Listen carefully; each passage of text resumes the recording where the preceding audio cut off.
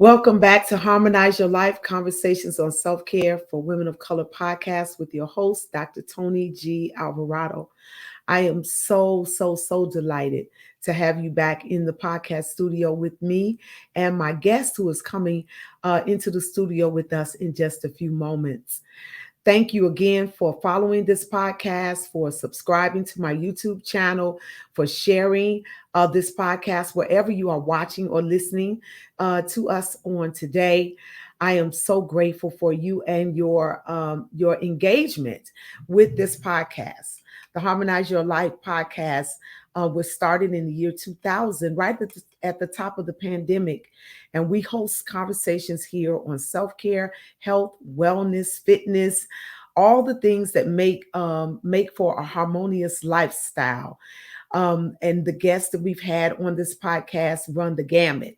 We've had doctors, fitness professionals, health and wellness professionals, nutritionists, medical doctors, psychiatrists, therapists, counselors, you name it, fitness trainers. We've had just your everyday women in ministry, mothers, grandmothers. We've had women of every age bracket, young women, middle-aged women, older women, and we're just talking about the things that matter to us and the things that keep us healthy, keep us whole, keep us living a harmonious and consistent life of fitness, health, wellness, and self-care. And so if you have been enjoying this podcast, I want to encourage you to continue to follow us, continue to share these conversations with your network, with women and men in your life, because listen, we perish for the lack of knowledge. And if we can have these kind of conversations that will change and improve the quality of our lives, I believe that these conversations will help us and move us further into being and doing what God has called us to be and do in the earth. All right. We want to be whole, spirit, soul, and body. And I am so grateful for the men and the women who have come alongside me as guests and podcast conversationalists and dialogue partners to encourage us, to enlighten us, to inform us, and inspire us for living lifestyles of harmony. All right. So I'm going to be right back right after this with our next guest. Stay tuned.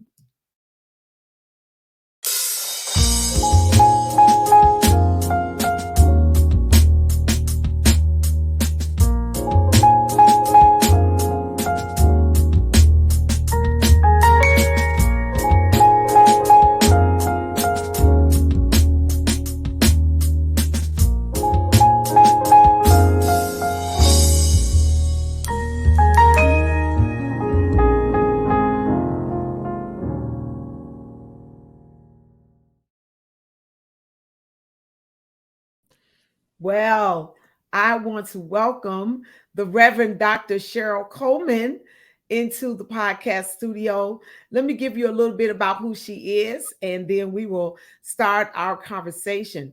Reverend Dr. Cheryl Y. Coleman, PhD, APRN, MBA. Woo! You're doing all the things, girl, all the things. She is a native of Miami, Florida, an ordained minister of the gospel and a holistic healthcare champion that promotes abundant life on all 10 dimensions of health. She is a graduate of Miami Carroll City Senior High. She worked in the field of dentistry for several years, but knew that there was more purpose to her to fulfill. After much prayer and thought regarding a career choice, she knew that nursing was the purpose for her professional career. As a result, she entered the nursing profession in 1995 after graduating from Miami-Dade College. Once becoming a registered nurse, she applied her knowledge-based communication skills and compassion to serve others to make a difference within her profession.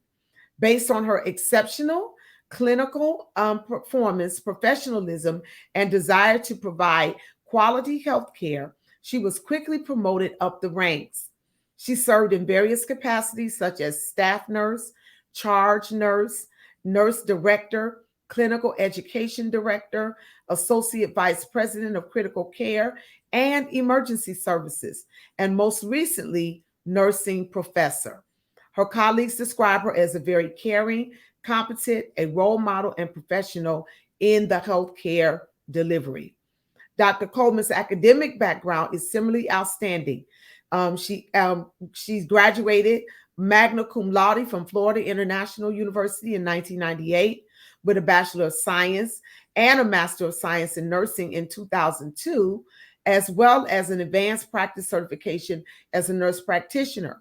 In her quest for entrepreneurship, she obtained a master in business administration degree in 2011. Desiring to serve her profession and the underserved communities in a greater capacity, she furthered her studies and received a doctoral degree in nursing at Barry University in 2021. She has additionally received several awards of recognition, to include the first humanitarian award for her leadership and community service. And she also received the Leadership Excellence Award from HCA Cedars Medical Center for achieving high level of employee satisfaction, as well as the Hall of Fame Award from Miami-Dade College. She is an active member of Delta Sigma Theta Sorority Incorporated, which I don't hold we don't hold that against her. We AKAs don't hold that against her. All right. So Dr. Coleman is the founder of the Abundant Life Health and Wellness Resulting Services Incorporated. And she is also the executive administrator to the pastor and director of congregational care at the Friendship Missionary Baptist Church. She has over 30 years of experience in healthcare. She is a faith leader. She is a mother of 4 wonderful children, a grandmother of 5 amazing grandchildren, and she contributes her accomplishments to her belief in God and the wonderful purpose and plan for her life. I want you to help me welcome a new sister, a new person to our podcast, and that is Reverend Dr. Cheryl Coleman.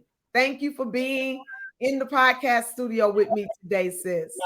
Thank you so much for having me. I'm absolutely excited, and I am grateful to hear about all the wonderful things when we first got connected that you're doing to help make sure that we're healthy in whole mind, body, spirit, and soul. So I'm absolutely excited to be here.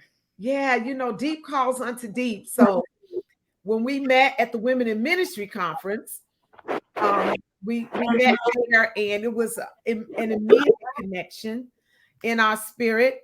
And then when we got to talking and found out that we had similar backgrounds and passion around health and wellness. Now, you went on much further in nursing school than I did. I dropped out of nursing school and went the ministry route with my education. But you went to the highest level in your nursing career.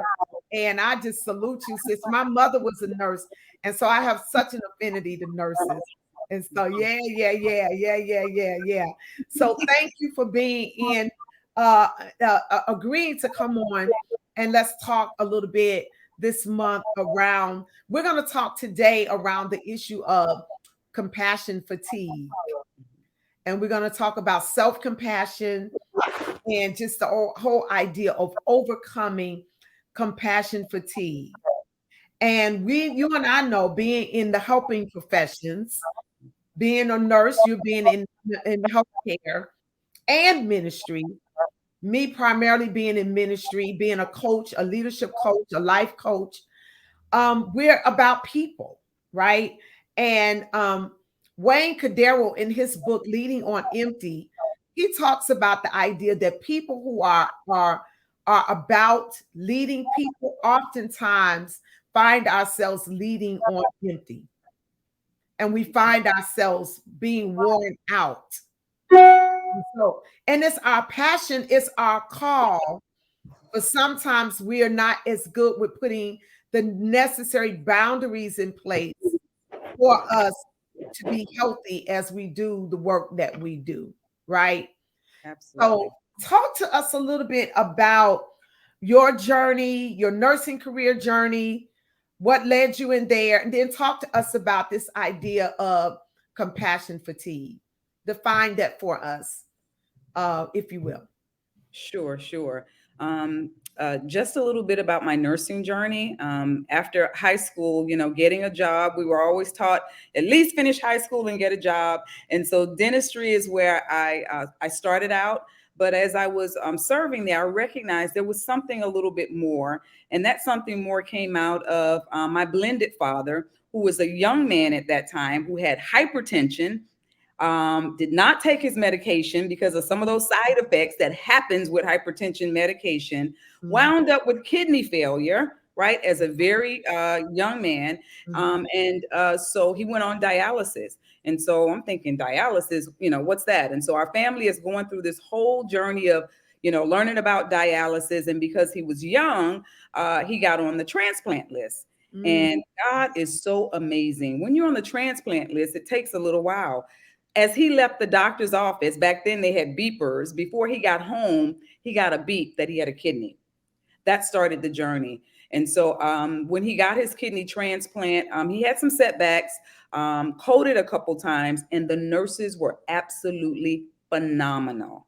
And I said, as I'm growing up, that's what I want to do, to be able to make a difference, because I attribute the additional years to great nursing care that he got. And so I just applied myself. I still worked full time and hustled. We do it our Black girl magic, and having your kids and your family, and went on my journey with nursing. And so it was not an easy job. That's, you said Yeah.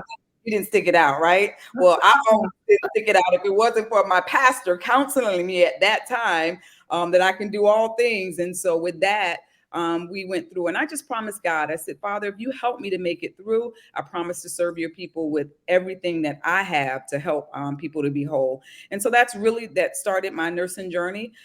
Critical care ICU was my passion. I wanted to just bring people into their fullness. And so I did that for several years. And I recognized something, Dr. Alvarado, when I was on the inpatient side, that's where we can just treat you, but the real work is in the community. And I just started to Mhm. feel something a little bit different, even though I continue to move through the ranks and serve at different levels. There Mhm. was always something on the outside. And so as I was working full time, I was in my community for about 25 years, going to the churches, giving health education. People would come to me in the community, and you're linking them to services. And so I just said, you know what, there's a little something more than, where I am in the acute setting.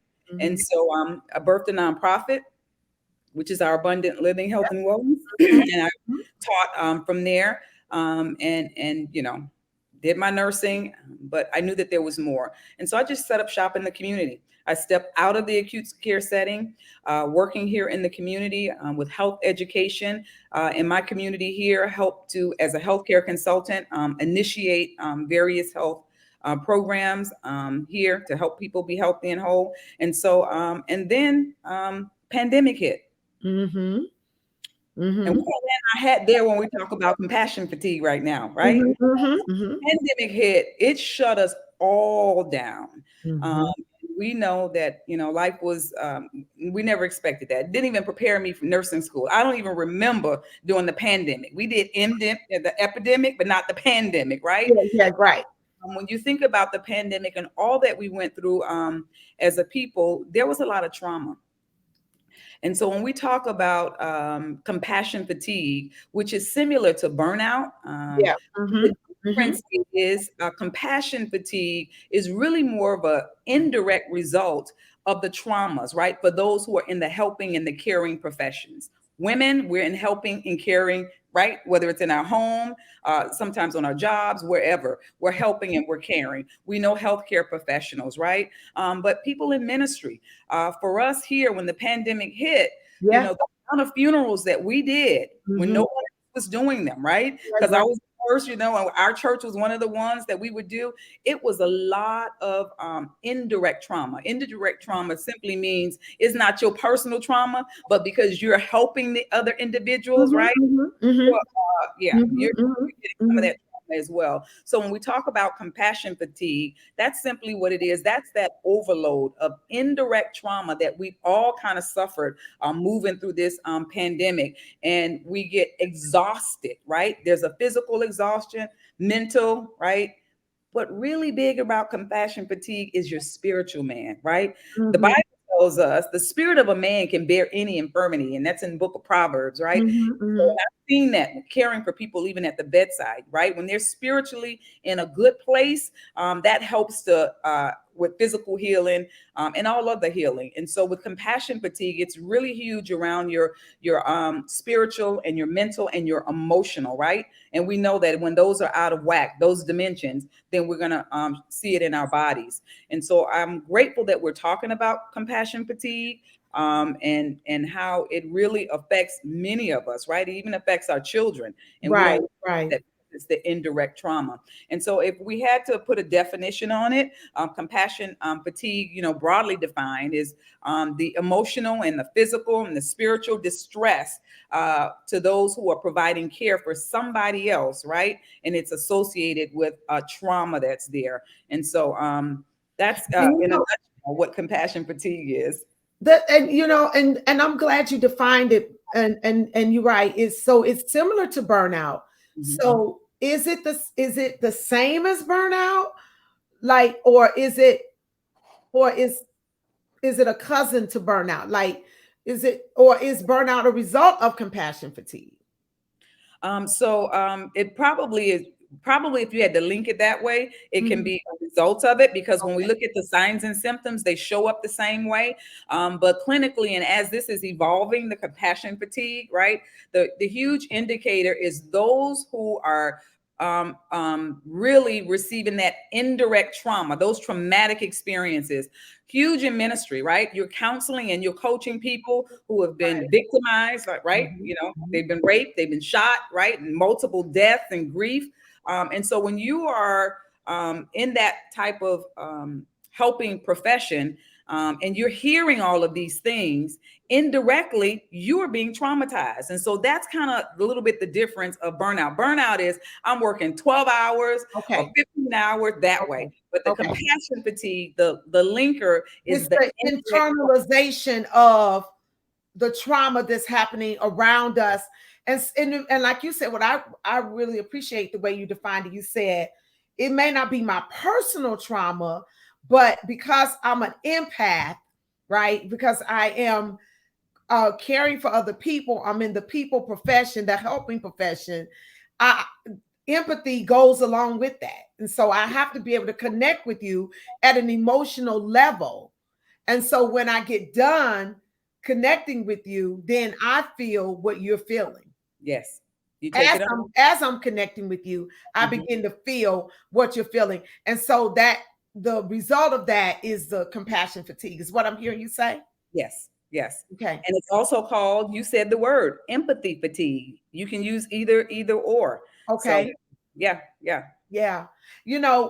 What's interesting, after I finished, when I did you were in the session that I did on grief, right?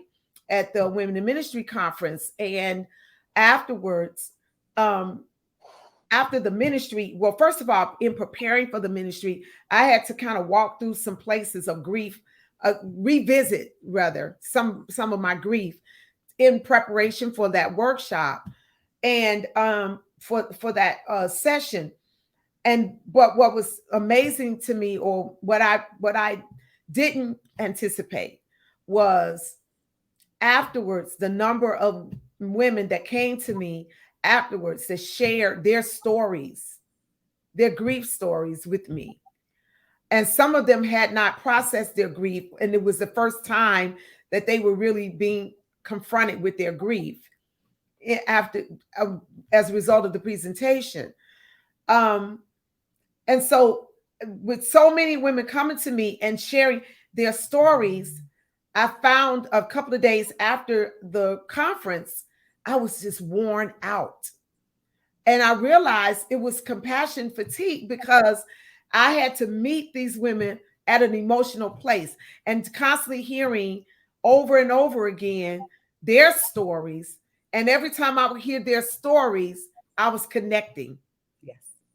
Yes. So I think I understand what you mean. Yes, yes. And that's a great example. And by the way, you did an amazing job. One of the other things that I do is equipping congregations with grief ministry. So I teach grief and loss, and every session that I'm taking individuals through those trainings, they may show up because the pastor put me in this, and we got to get our grief ministry off, off the road. But once they get in the actual training sessions, I already know that yes, I'm training them, but at the same time, you're promoting some healing in them because Mhm. you're right. They don't always, think about, or allow themselves to Mhm. emotionally grow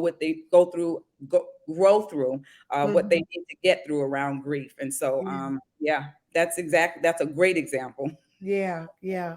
Okay. So, do you have a personal story that connects to this whole issue of compassion fatigue um, that you can share with us?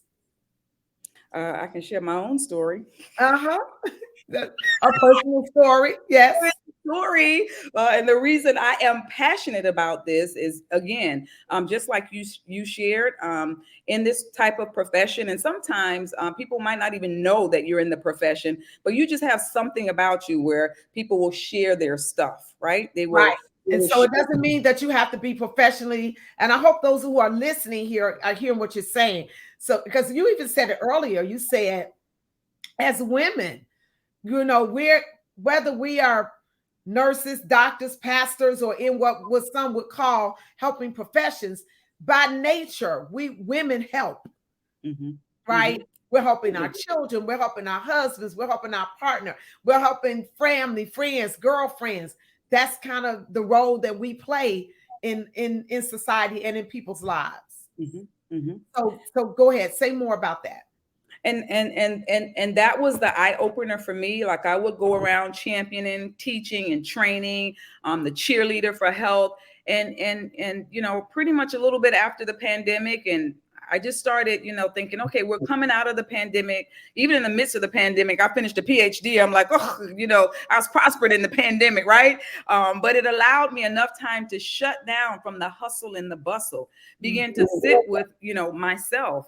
And even though I was still serving, there were some things that I started to feel in my body, which I never did. My blood pressure's always pretty much been good, been able to keep a certain kind of weight and a certain energy level. But then when I started to see, my energy is not necessarily the way that it used to be. I'm a little more crankier. And the huge red flag for me is I would cry at the drop of a hat of somebody's sad story.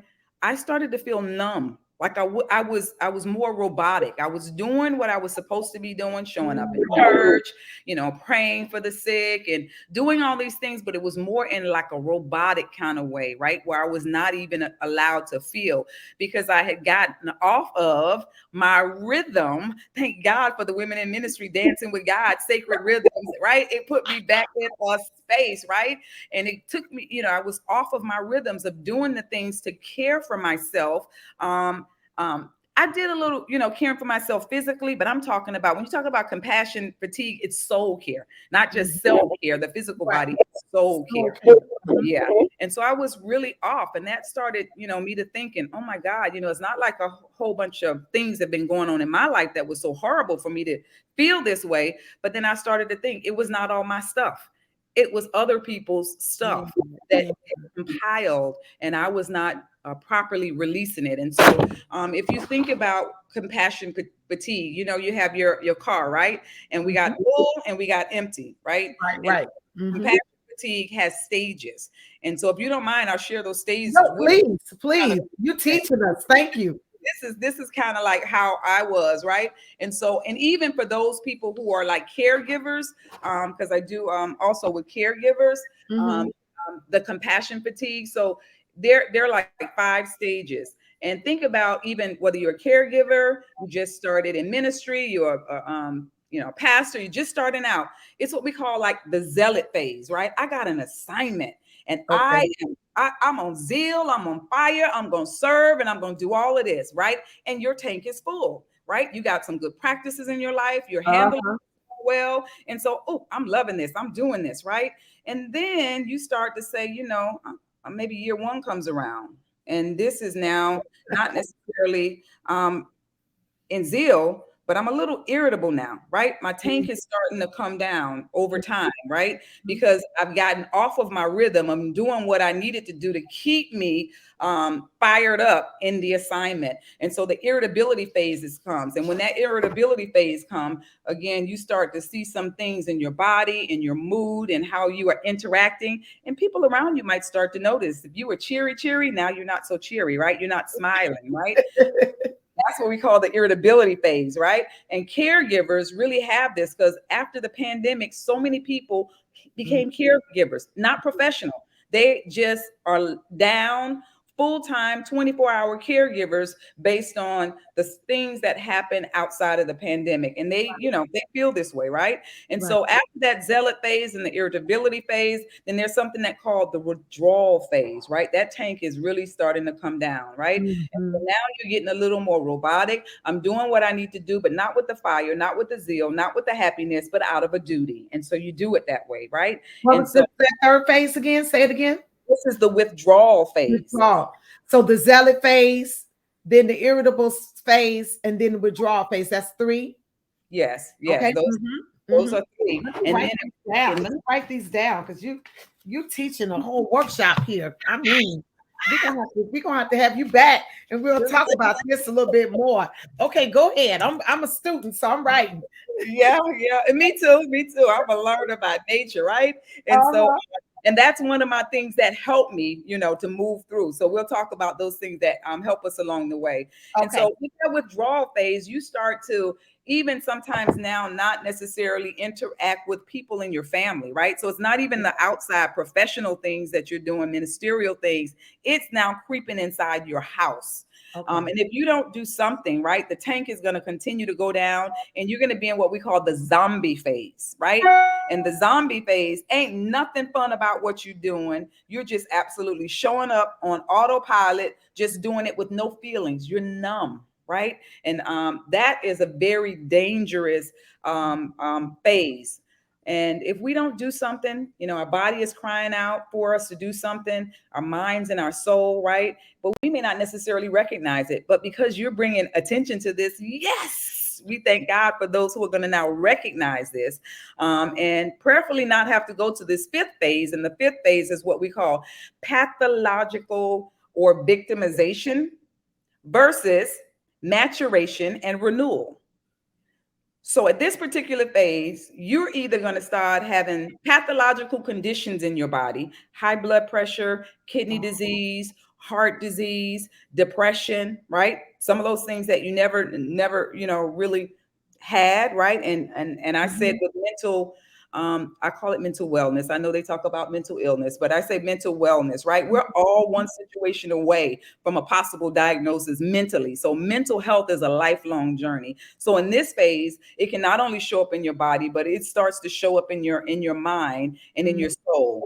And so you got a choice to make. Either you're going to stay there and be the victim and say, woe is me, right? There's nobody in ministry that can take these assignments. So I'm going to keep on doing it to my detriment, right? On the job, there's nobody that can do the job just like you. You keep doing it to your detriment. Yes, you are helping us today. Oh my God.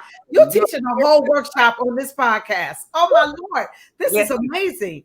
Okay. So when we get to the disease phase, or I call it pathology or disease victimization phase, woe is me. Nobody can do this but me. And I'm wearing myself out unnecessarily. Yes. Okay. And you can keep doing that and functioning like that. And some people do, and they do it to their detriment, right? Where they're all broken down, or the person they're caring for outlives them, right? So you're there, right? You got a choice to make, right? There's a choice for you. And the other side of that pathology and victimization is what we call maturation or renewal. You can begin to mature, right? And get the renewal and the refreshing that you need. And that's why we want to bring awareness to this, because everybody needs to have their own self-care plan. And that's one of the things that, coach and help people through when we talk about the 10 dimensions of health. You got to be intentional about your self-care plan, right? Your self care or compassionate, however you want to call it. You've got to be intentional because we're uniquely and individually made, and what works for this one may not work for that one, right? And so in this maturation and renewal phase, which I found myself in, I made a choice and I said, Jesus came for me to have life and he came for me to have it more abundantly, right? I'm going to serve him until I die, but not to my detriment. I am going to do what I need to do to take care of the temple that he has given me. And so that means I had to make some adjustments, right? I could not be that, nobody can do it like Dr. Coleman, let her do it and put this on her plate and put that on her plate. No, I had to learn to begin to set the boundaries and begin to do the things in rhythm to take care of myself so that I can still do what I'm called to do. Because I know that I'm called to do this, right? But I don't think we were ever called to do it to our detriment. And so that's where we have to come into play to recognize all of these things. And as we move through our assignments, take care of our temples, just as we are called to love our neighbor as ourselves. It's not always just love. If you love yourself, right, you can properly love. And I live by the rule. And when I teach on this whole thing of self-care, I tell people, that using the same scripture, love your neighbors, you love yourself. You cannot love your neighbor if you don't love you. And as a matter of fact, to the degree that you love yourself will be to the degree that you can love your neighbor.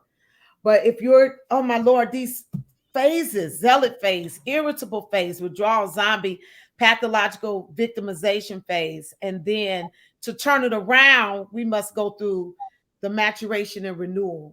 Yes. Okay. Yes. Wow.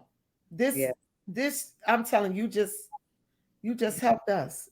I mean, you just really helped us. So, Dr. Coleman, what are some strategies that you recommend for women who are struggling with this whole compassion fatigue? How do they get in touch with themselves to notice? Now, I noticed you said earlier that you started noticing some things about yourself. Are there some signs that we should be looking for just off the top? Or what are some strategies we can do to turn it around in this maturation and renewal phase? Yeah. And so as it relates to like the signs that show up, it's almost the same signs that's similar to burnout and depression, right? You begin to have a lack of energy. And so we know that we should be able to, right? If we were functioning the right way, eating and sleeping, drinking our water the right way, we should be able to carry out our daily activities and have 20% of energy left at the end of the day. Well, we know that that's not necessarily the case. And so when your energy level is really, really low, you're irritable. Sometimes your vital signs can be off. Mentally, you get brain fog. So the things that you used to be sharp in, you're no longer, sharp in those things. You lose drive and initiative, and it really becomes like a weight. And so for me, and I don't super spiritualize, but I also the Lord gives it to me the natural, and he's trained me in the supernatural. And so for me, it showed up between the hours of 6 a.m. and 9 a.m. where there was literally like something sitting on my body. Well, we know that those are the mornings when Jesus was moving and shaking and broke, stuff was getting done, right? And so I recognized I got to stop this because I don't have the energy to get up to do what I'm called to do. And so I had to make some adjustments to not have that physical I guess, weight that was necessarily on me. So definitely changing around my eating, going back to eating a lot better. Being intentional about sleep. And so we need that 7 to 8 hours of sleep, and being intentional about that, meaning you had to prepare for sleep. We don't prepare for sleep a lot of times. We just work and just plop down, right? And then sometimes when we're down, our brain is continuing to move and you're really not getting the REM sleep and the rest that you need. So being intentional about that minute, stopping social media at a certain time, turning the TV at a certain time to allow your body to come down, right? To begin to get back into the rhythms that work for Cheryl. So the rhythms that work for me, I'm a learner, right? And so when I'm learning things, it just stimulates me. So I just happen to like to learn the Bible, right? So that stimulates me. Somebody else, it might be a novel or whatever that is. You have to find your own rhythms for that. One of the other things that I encourage is every therapist needs a therapy. therapy. Mm-hmm. And Mm-hmm. so I'm Mm-hmm. an Mm-hmm. advocate of it, and I'm no longer preaching it. Same. I actually reached out, for my own, and even if it's, I know we go to, we should have a checkup maybe twice a year. Some people Mm-hmm. do once a year, but I Mm-hmm. think the mental piece should be, I think, a You should have quarterly, yeah. Mm-hmm. I was in quarterly I again, was and I was in therapy for a whole year yeah. before my mother passed. When we talked about the whole grief thing. I went into therapy before she passed. And then I stayed in therapy for a whole year after that. And now what I do is just a quarterly or maybe an annual check-in, Mhm. just to make sure that I'm healthy and I'm processing my grief, because it's a journey and it's never going to end. Or just processing life, right? and um Absolutely. and so I believe I'm an advocate for therapy. I've had several therapists in my lifetime for different reasons, but most recently it was grief therapy. Mhm. But yeah, we every therapist needs a therapist, every coach needs a coach. And I just appreciate, I love what you're doing here. I love what you're doing here. We're Talk to just, us about the services that you provide at Abundant Life, Abundant Living, uh, Abundant Living Health and Wellness Result Services. Tell us about some of those services that you provide. So life coaching is a part of that, and I do it on the 10 dimensions of health. And what that is as those who are connecting with us, there is an assessment that they get on each dimension, because there are 10 dimensions, right? Mhm, Five inner and five outer, and mhm, you take that assessment, right, to assess where you are, because we may show up great in 8 spaces, but there may be 2. So that's how you make your self individualized plan based on where you are in that particular my God. moment. And This so is we're just coaching them through, some people need their help on the social dimension of health. And so, mhm, we gotta work on that. And if it's exactly. mental, then, we work on that, right? If it's financial or occupational, right, we work on that. Mhm. And so that's where my community Uh-huh. organism hat comes on, Uh-huh. because there are social determinants that are causing many of us not to be able to maneuver in health, and can cause us to come into all of these spaces. Mhm. So life coaching and health coaching, rather, that is one of our services that we provide. We also work with community initiatives, and so an example of that, when COVID came, right, Mhm. and we had the scariness in our Black communities about vaccination, so they reach out to the influencers that's working, and so I help to connect individuals, carry the messaging, right, as I partnered with Live Healthy Miami Gardens here. And so we do that. And our most recent now service that we're going to provide is around health literacy. And Mhm. so I'm studying Bible literacy, but health literacy is something that we need to train those who are working in the profession, Mhm. so that they're able to provide the care at a level where people can understand it and make healthy choices. And so, as a health consultant, I help to communities to initiate, when those dollars come down, health strategies for the residents. And so those are some of the things. And then the last thing with congregations and churches, my PhD is around Black health and the Black church.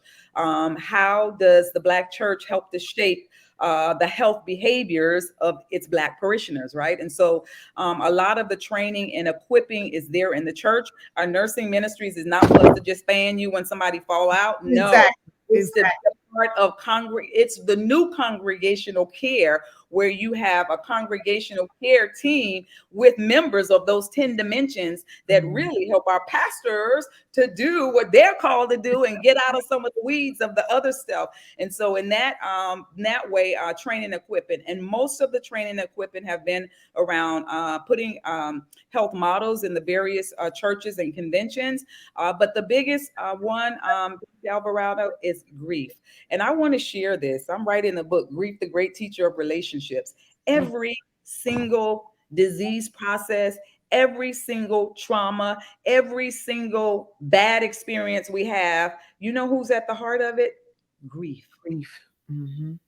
Yep. When we are a grieving nation and world with Mhm. all of this wars, rumor and war, pandemic, all of us, we are a nation that's grieving, and we've not always been taught how to grieve healthy, right? And that starts not when we're adults, right? Because we've already developed our mechanisms. It starts when we're children. How are we teaching our children? How are we modeling that? And how are we using emotions? Because God gave us emotions. They're not bad. You know, they say, oh, she's so emotional. He's so emotions are given to ground and to guard us and to guide us in life. And so how do we maneuver that? And so a lot of my work and training and equipping in our churches and conventions is around grief.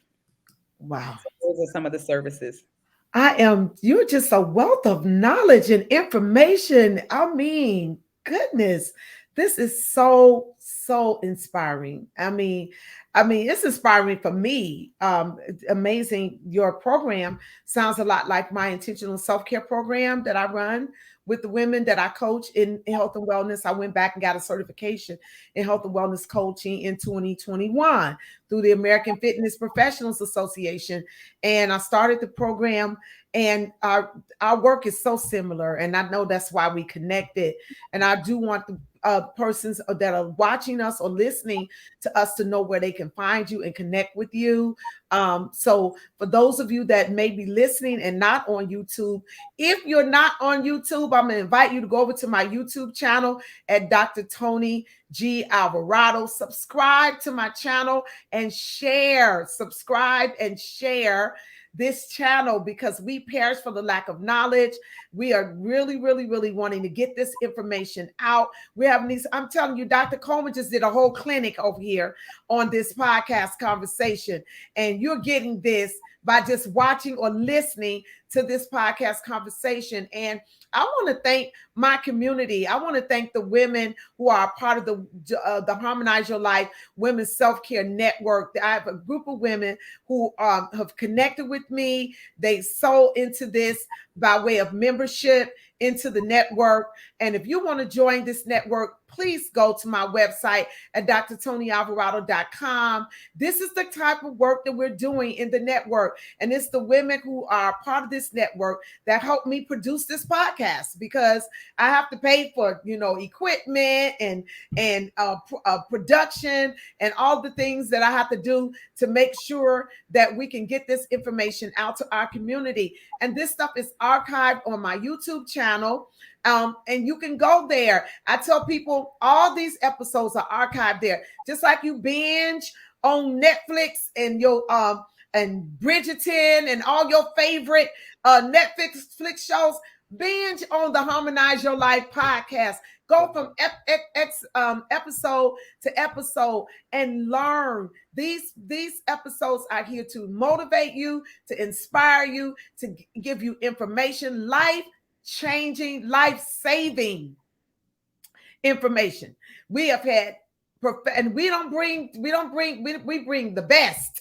We bring people who are trained, who are qualified, who are certified and top in their field, whether it's financial, whether it's physical health, financial health, whether it's relational health, relationships coaching, whether it is mental health, whether it's spiritual health, all the dimensions, those 10 dimensions that Dr. Coleman is talking about, social health, all those things matter to who we are, and they make us harmonious and whole in our living. And so we bring men and women who are professionals in these areas, who are teaching us, admonishing us, training us, inspiring us, and informing us so that we can live better lives, all right? That we can live the abundant life that Jesus came for us to live, right? He said that I came that we might have life and that we have it more abundantly. And I'm afraid we're leaving it on the table.